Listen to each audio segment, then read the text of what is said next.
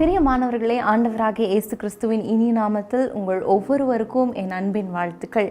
இன்றைக்கு காலை வேளையில் உங்களை சந்திப்பது எனக்கு மிகுந்த மகிழ்ச்சி. ஒவ்வொரு நாளும் இந்த லென்ட் சீசனில் நம்ம தீர்மானங்களை எடுத்துக்கொண்டு வருகிறோம். ஆண்டவருக்கு பிரியமான ஒரு வாழ்க்கை வாழ நம்ம பிரயாசப்படுகிறோம். நிச்சயமாக கர்த்தர் அதை கனப்படுத்துவார் என்பதில் ஒரு சந்தேகமும் இல்லை. நான் சந்திக்கிற அநேகர் சொல்லுகிறாங்க, இந்த 40 நாட்கள் 40 தீர்மானங்கள் எங்களுக்கு மிகுந்த பிரயோஜனமாக இருக்கிறது.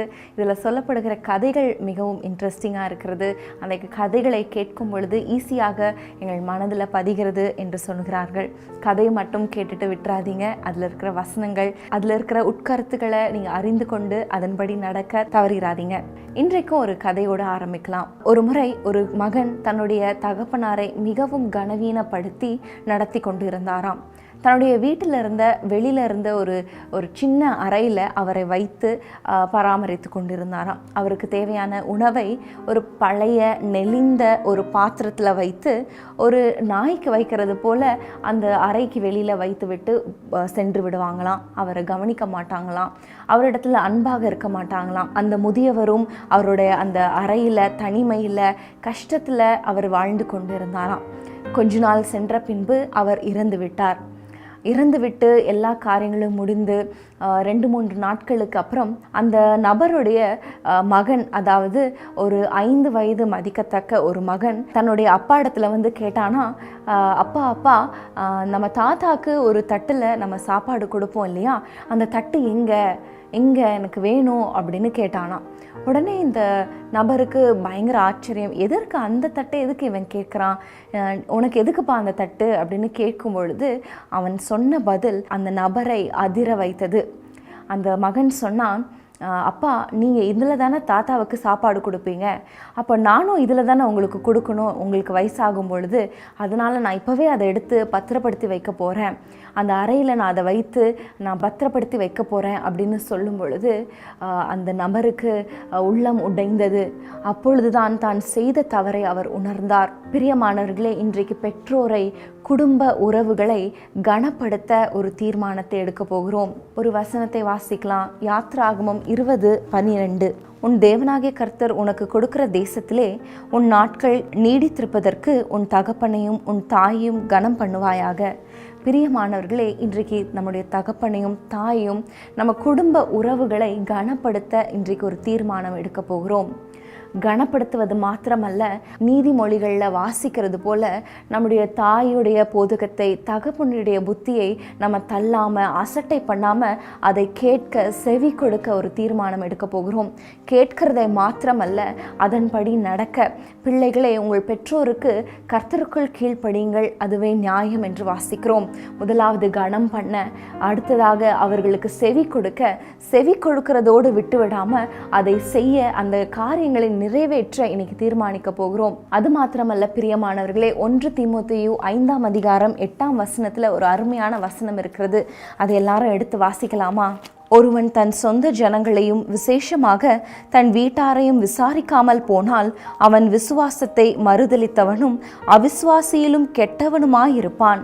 பிரியமானவர்களே, இந்த வசனம் சொல்லுகிறது போல நாம் நம்முடைய குடும்பத்தாரை, நம்முடைய பெற்றோரை, சொந்த குடும்பத்தை விசாரிக்க இன்றைக்கு தீர்மானியுங்க.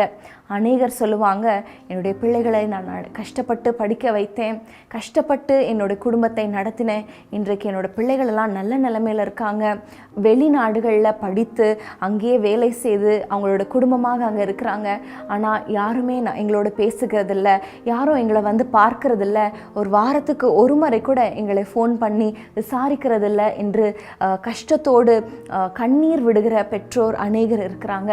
இன்றைக்கு ஒரு வேளை நீங்கள் அப்படி இருக்கிறீங்களா? இல்லை ஒரே வீட்டில் இருந்து நீங்கள் உங்கள் பெற்றோரை விசாரிக்காமல், அவங்களிடத்துல அன்பு கூறாமல், அவங்களிடத்துல மனம் திறந்து பேசாமல் இருக்கிறீங்களா? இன்றைக்கு நம்ம வாசிக்கிறோம், அவன் அவிசுவாசியிலும் கெட்டவனாய் இருக்கிறான் என்று வேதம் சொல்லுகிறது.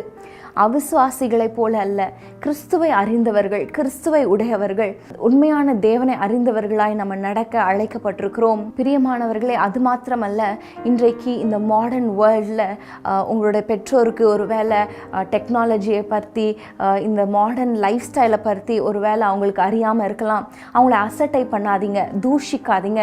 வேதத்தில் வாசிக்கிறோம், தகப்பனை தூஷிக்கிறவனுடைய தீபம் காரிருள்ள அணைந்து போகும், தகப்பனையும் தாயும் அசட்டை பண்ணுகிறவனுடைய கண்களை நதியின் காகங்கள் பிடுங்கும் என்று நம்ம பார்க்கிறோம். உன்னுடைய தாய் வயது சென்றவளாகும் பொழுது அவளை அசட்டை பண்ணாதே என்று நம்ம பார்க்கிறோம். பிரியமானவர்களை, இன்றைக்கு நீங்கள் அசட்டை பண்ணி கொண்டிருக்கிறீங்களா? அவங்களுடைய அறிவுரைகளை நீங்கள் அசட்டை பண்ணி கொண்டிருக்கிறீங்களா? இன்றைக்கு அவங்களை தூஷித்து கொண்டிருக்கிறீங்களா? இன்று ஆண்டவர் உங்களோடு பேசி கொண்டிருக்கிறார். உங்களுடைய தீபம் காரிருள்ள அணைந்து போகும் என்று வேதம் சொல்லுகிறது. இன்றைக்கு ஒரு தீர்மானம் எடுங்க. இன்றைக்கு நம்முடைய பெற்றோரை கனப்படுத்த, அவங்களிடத்துல உட்கார்ந்து கேட்க, அவங்களுடைய போதனைகளை, அவங்களுடைய போதகத்தை, அவங்களுடைய புத்தி சொல்லுகிறதை நீங்கள் கேட்டு அதன்படி நடக்க நம்ம இன்னைக்கு தீர்மானிக்க போகிறோம். அது மாத்திரமல்ல பிரியமானவர்களே, ஒருவேளை பெற்றோராக இருக்கிற நீங்கள் பார்த்து கொண்டிருப்பீங்கன்னா, நம்ம போதித்தாதானே அதைப்படி நடக்க முடியும். இன்றைக்கு அநேகர் தங்களுடைய பிள்ளைகளுக்கு போதிக்கிறதே இல்லை. வேதத்தில் தீத்துல ஒரு வசனம் இருக்கிறது, முதிர் வயதுள்ள ஸ்திரீகள் தங்களுடைய பாலிய ஸ்திரீகளுக்கு புத்தி சொல்லுங்க, போதனை செய்யுங்கள் என்று பவுல் சொல்லுகிறார். பிரியமானவர்களே, நீங்கள் போதிக்க, உங்களுடைய பிள்ளைகளை கர்த்தருக்குள்ள நல்ல வழிகளில், நல்ல சிற்றையுள்ள வழிகளில் நடத்த இன்றைக்கு நீங்களும் தீர்மானியுங்க. அப்படிப்பட்ட வழிகளில் நடக்கும் பொழுது நிச்சயமாக ஒரு நல்ல ஒரு வழியில் உங்களுடைய பிள்ளைகள் வளர்க்கப்படுவாங்க. அது மாத்திரமல்ல பிரியமானவர்களே, நீங்கள் ஒரு வேளை உங்களுடைய பெற்றோரை தூஷித்து கொண்டு இருக்கிறீங்களா, அற்பமாக எண்ணி கொண்டு இருக்கிறீங்களா? இன்றைக்கு ஆண்டவரிடத்துல மன்னிப்பு கேளுங்க. உங்கள் பெற்றோரிடத்துல மன்னிப்பு கேட்டு மனம் திரும்பி ஒப்புரவாகுங்க. நிச்சயமாக ஆண்டவர் உங்களை ஆசீர்வதிப்பார். இன்றைக்கு இந்த தீர்மானத்தோடு நம்ம ஜெபிக்கலாமா? ஸ்தோத்திரம் ஆண்டவரே, இந்த நல்ல வேலைக்காக உமக்கு நன்றி அப்பா.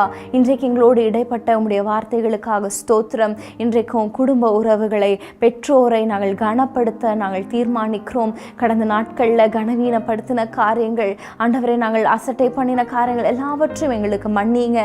ஆண்டவரை எங்கள் பெற்றோரை கனப்படுத்த, அவங்களுக்கு செவி கொடுக்க, ஆண்டவரை அவங்களுடைய வார்த்தைகளுக்கு கீழ்ப்படிய எங்களை நாங்கள் அர்ப்பணித்து நாங்கள் ஜெபிக்கிறோம் அப்பா.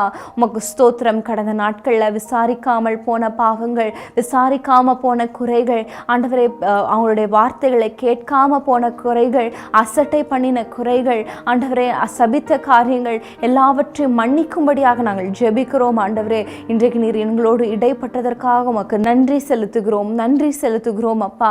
அதே போல எங்கள் குடும்பத்தில் இருக்கிற ஒவ்வொருத்தரோடு நாங்கள் ஆண்டவரை இணங்கி நடக்க, அன்பாய் நடக்க, அன்பானவர்களாய் உம்மை வெளிப்படுத்துகிறவர்களாய் நடக்க, ஆண்டவரை எங்களுடைய அயலகத்தாரிடத்தில் எங்களில் அன்பு கூறுவது போல பிறரிடத்திலும் நாங்கள் அன்பு கூற நாங்கள் அர்ப்பணித்து நாங்கள் ஜெபிக்கிறோம். இந்த தீர்மானத்தில் நிலைத்திருக்க, எங்கள் பெற்றோரை, எங்கள் குடும்ப உறவுகளை நாங்கள் கனப்படுத்த, ஆண்டவரை அவங்களை மேன்மையாக என்ன நாங்கள் அர்ப்பணித்து நாங்கள் ஜெபிக்கிறோம். இந்த ஜெபத்தை நீர் கேட்டதற்காக உமக்கு ஸ்தோத்திரம்.